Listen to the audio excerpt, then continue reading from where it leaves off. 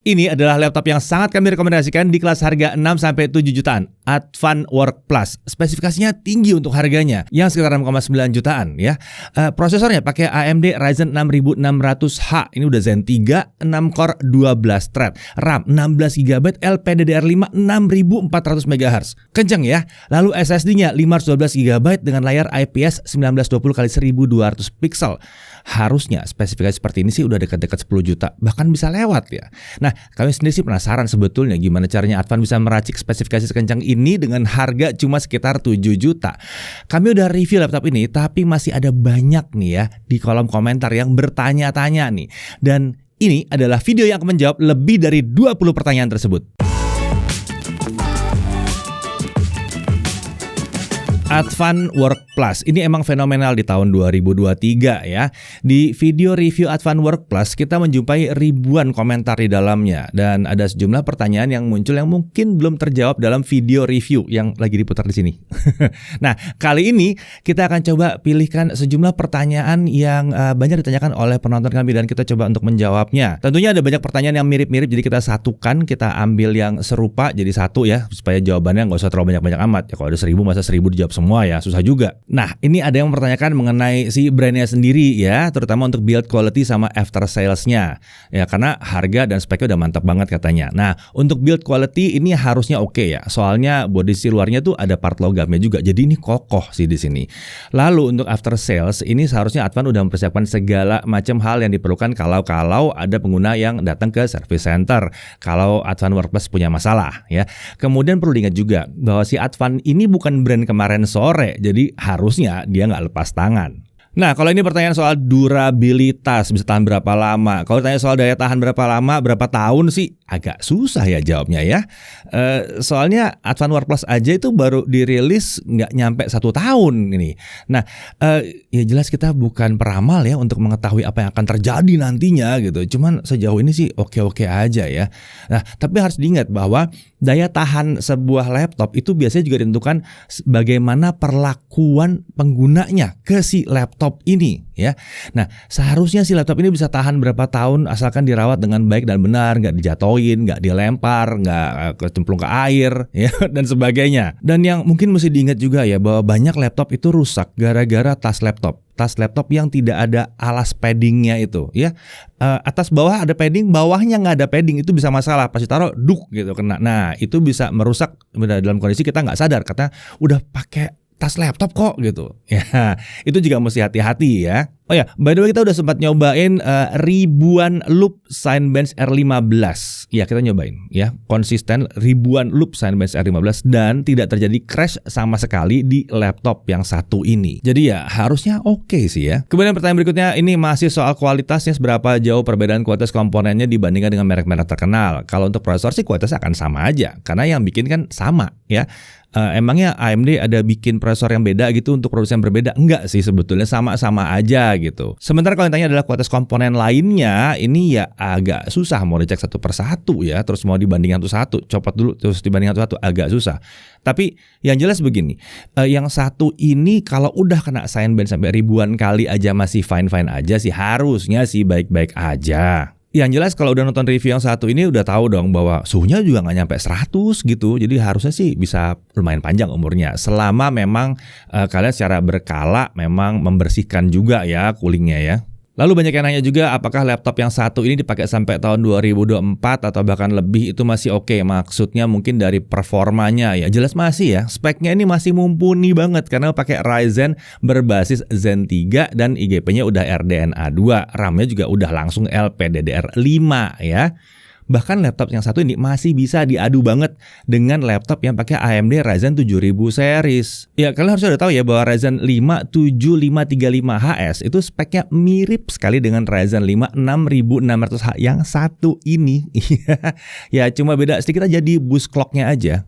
Ya tentunya laptop Zen 4 yang pakai RDNA 3 tuh juga udah ada sekarang ya, tapi ya harganya nggak 7 juta gini juga sih. Nah, ada lagi yang nanya soal apakah ini bisa dipakai 24 jam ya. Ya, dipakai 24 jam seharusnya aman asal dijaga suhu ruangannya. Dipakai di ruang AC akan lebih disarankan sih. Ya, bukan karena dia panas banget harus di ruang AC, cuma memang semua laptop sarannya memang bukan di suhu 29, 30 sekian gitu ya. Jangan, itu panas juga gitu ya.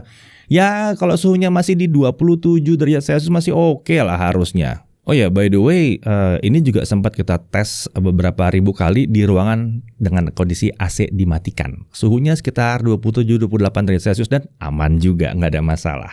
Nah, kalau masalah dipakai dengan dicolok ke listrik terus-terusan, ini juga harusnya aman. Kan chargernya langsung menyuplai daya ke motherboardnya. Jadi bukan ke baterai dulu, terus baterainya baru nyuplai ke motherboard ya. Jadi aman lah harusnya. Oke, apakah ini cocok untuk desain grafis? Kalau untuk 3D, sepertinya ini nggak kencang-kencang amat lah ya. Kalau buat 3D, sebaiknya kalau untuk 3D cari yang pakai discrete GPU. Itu menjamin pekerjaan lebih aman dan lancar. Kalau buat 2D, 2 dimensi, editing foto, video, wah ini udah mumpuni sih. Nah, ini juga pertanyaan yang lucunya datang dari kolom pertanyaan di dalam review ya, di review kita ya. Nih Bang, tolong banget kalau boleh dicoba pakai video editing ini lancar apa enggak ya, pakai program Adobe Series ya. Karena kebutuhan kerja tambahan seperti editor juga gitu. Makasih banyak sebelumnya. Oke, makasih juga ya. Tapi pertanyaannya, udah nonton videonya belum? Kita udah tes pakai Premiere juga. Buat editing video 1080p 60 fps ini lancar, lumayan kenceng loh. Ekspornya lumayan kenceng. Apalagi kalau cuma editing pakai Photoshop, harusnya nggak ada masalah di sini. Pertanyaan berikutnya, cocok buat anak TI nggak? Buat coding-coding, buat jangka panjang gitu ya. Oke, buat yang ngerti coding sih, laptop di pasaran tuh rata-rata sih bisa cocok-cocok aja untuk programming. Apalagi sih Advan Work Plus ini karena ya performanya lumayan tinggi ya. Masalahnya kalian sendiri yang harus lihat apakah softwarenya itu cocok atau tidak dengan yang satu ini gitu. Kalau misalnya softwarenya emang nggak cocok ya jangan pakai ini gitu.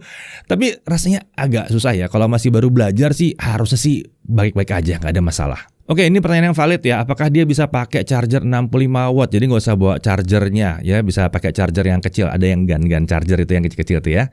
Nah, di charge pakai yang 65 watt sih mestinya sih bisa-bisa aja ya, nggak ada masalah. Kita bahkan kemarin nyoba pakai 45 watt juga baik-baik aja ya. Sementara sebetulnya pakai bawaannya juga udah oke sih. Dari segi ukuran charger si Advan Work Plus ini sebenarnya nggak beda jauh sama charger yang 65 watt yang bentuknya seperti ini nih ya. Nggak jauh beda. Beratnya juga cuma beda beberapa puluh gram aja kalau kita bandingkan. Lagian bentuknya juga mirip kayak charger smartphone. Jadi pas dibawa juga lumayan praktis lah, nggak gede-gede amat. Oke, ini pertanyaan soal auto cut off battery pas chargingnya nih ya. Ya kalau chargernya dicabut pas pasang penuh ya justru itu akan nambahin siklus charging ya. Karena kan dicabut, colok lagi, cabut, colok lagi gitu kan. Pada saat dicabut kan dia ngabisin baterainya. Seperti dibahas tadi, kalau dicolok terus, begitu baterainya udah penuh, dia nggak ngisi ke baterai, ya dia masih terus aja nyambungin ke motherboardnya. Jadi aman kalau laptop itu emang colok aja. Ntar ada yang bilang lagi, dulu saya punya laptop ada yang jebol karena dicolok terus. Ini masih harus dipertanyakan sih sebetulnya, itu berapa tahun laptopnya, karena baterai pasti ada umurnya, terus kemudian juga tahun berapa itu terjadi. Ya rasanya sih kalau 5-8 tahun terakhir sih agak nggak mungkin ya. Karena modelnya tuh bukan ngecas baterai, terus baterainya yang dipakai sama si laptop. Bukan. Ya, jadi powernya itu ke laptop. Lalu ada yang ke baterai gitu. Bang, ngecas laptop ini bagusnya baterainya berapa? Dan kalau dipakai untuk main game sambil dicas tuh gimana? Ya nggak apa-apa. Buat charger itu kita bisa di kapasitas berapapun kita charge, nggak apa-apa. Itu nggak apa-apa. Udah dipikirin kok sama para ahli-ahli itu. Udah dipikirin gitu ya. Tapi yang mesti dipikirin adalah jangan sampai kosong. Baterai apapun tidak akan sehat kalau dia sampai kosong banget gitu. Dan kalau main game sebaiknya emang dicolok aja udah. Karena powernya, performanya juga akan lebih mantep kalau dicolok ke charger. Nah, apakah laptop ini mendukung baterai charging limit ya yang membatasi sampai persentase tertentu? Ya sejauh ini memang nggak ada fitur semacam baterai charging limit di Advan Work Plus ya. Jadi kita nggak bisa nahan dia ke 80, 70 gitu, nggak bisa ya. Mungkin ini masukan lah buat Advan, bisa lah berikutnya mungkin dibuat ada sistem seperti ini. Karena buat kalian-kalian sebagian mungkin ada yang lebih sering nyolok terus, dipakai terus di atas meja gitu ya. Jadi colok terus 100% terus gitu kan. Ya Ya sebenarnya sih kalau sering-sering dibawa jalan juga ya turun baterainya itu lebih bagus sebetulnya. Jadi baterainya juga kepake lagi, nggak full terus di 100. Nah kemudian ini usable RAM-nya berapa gigabyte? Nah di sini memang kalau Ryzen itu akan sebagian kepake buat integrated graphics-nya ya. Di sini usable memorinya ada di 15,2 GB. Masih gede banget karena dia pakai yang 16 GB kan totalnya kan. Kalau dia pakai 8 emang jadi kekecilan ya. Tapi kan emang RAM onboard jadi kita nggak bisa nambahin kapasitasnya. Untungnya udah cukup besar dapatnya. Untuk main game aman nggak? Aduh, udah nonton belum? Ini pertanyaan berulang-ulang nih, banyak pertanyaan yang seakan-akan belum nonton reviewnya. Ditonton nih reviewnya nih. Udah ada hasil tes gamenya ya. Tapi memang game-gamenya itu nggak setting grafisnya mentok kanan karena integrated graphics. Disesuaikan aja settingnya biar nyaman pada saat dimainkan. Nah ini pertanyaan soal VRAM ya, ngaruh nggak buat game atau yang lainnya? Ada tuh yang speknya VRAM 2 GB gitu ya. Nah kalau 512 tuh ngaruhnya gimana gitu. Nah di game tertentu yang butuh VRAM itu lebih dari 512 MB. Sesekali mungkin ada FPS drop ya, yang terkadang bikin nggak nyaman. Tapi tenang, masih bisa diakalin pakai setting grafis yang lebih rendah. Jadi pemakaian VRAM-nya nggak lebih dari 512 MB. Lagian kan IGP-nya bukan yang super luar biasa banget, walaupun kenceng ya. Tapi kan belum setara sama GPU discrete yang ya seri-seri menengah atas gitu. Jadi ya settingan gamenya disesuaikan aja. Nah apa tombol home, page up, page down, dan end-nya itu bisa diakalin biar bisa berfungsi? Ya ini karena keyboardnya emang nggak punya tombol itu. Jadi ya jalan paling mudahnya adalah pakai keyboard tambahan. Ini pertanyaan soal MS Office, apakah maksudnya nggak bisa dipakai untuk Word, Excel, dan lain-lain gitu? Iya, ampun. Walaupun nggak disertakan Microsoft Office, dia tetap bisa diinstal Microsoft Office ya. Office-nya emang nggak disertakan supaya mungkin harganya bisa dipertahankan tetap terjangkau. Tapi ini kan Windows, tinggal install aja Office-nya. Rasanya sih ya dengan selisih harganya ya dengan yang lain, beli Office itu masih oke sih buat yang satu ini. Lagian kalau nggak mau kan ada opsi-opsi gratis juga. Bang itu kan anginnya ke arah belakang, ke arah layar, mempengaruhi durabilitas layarnya nggak tuh?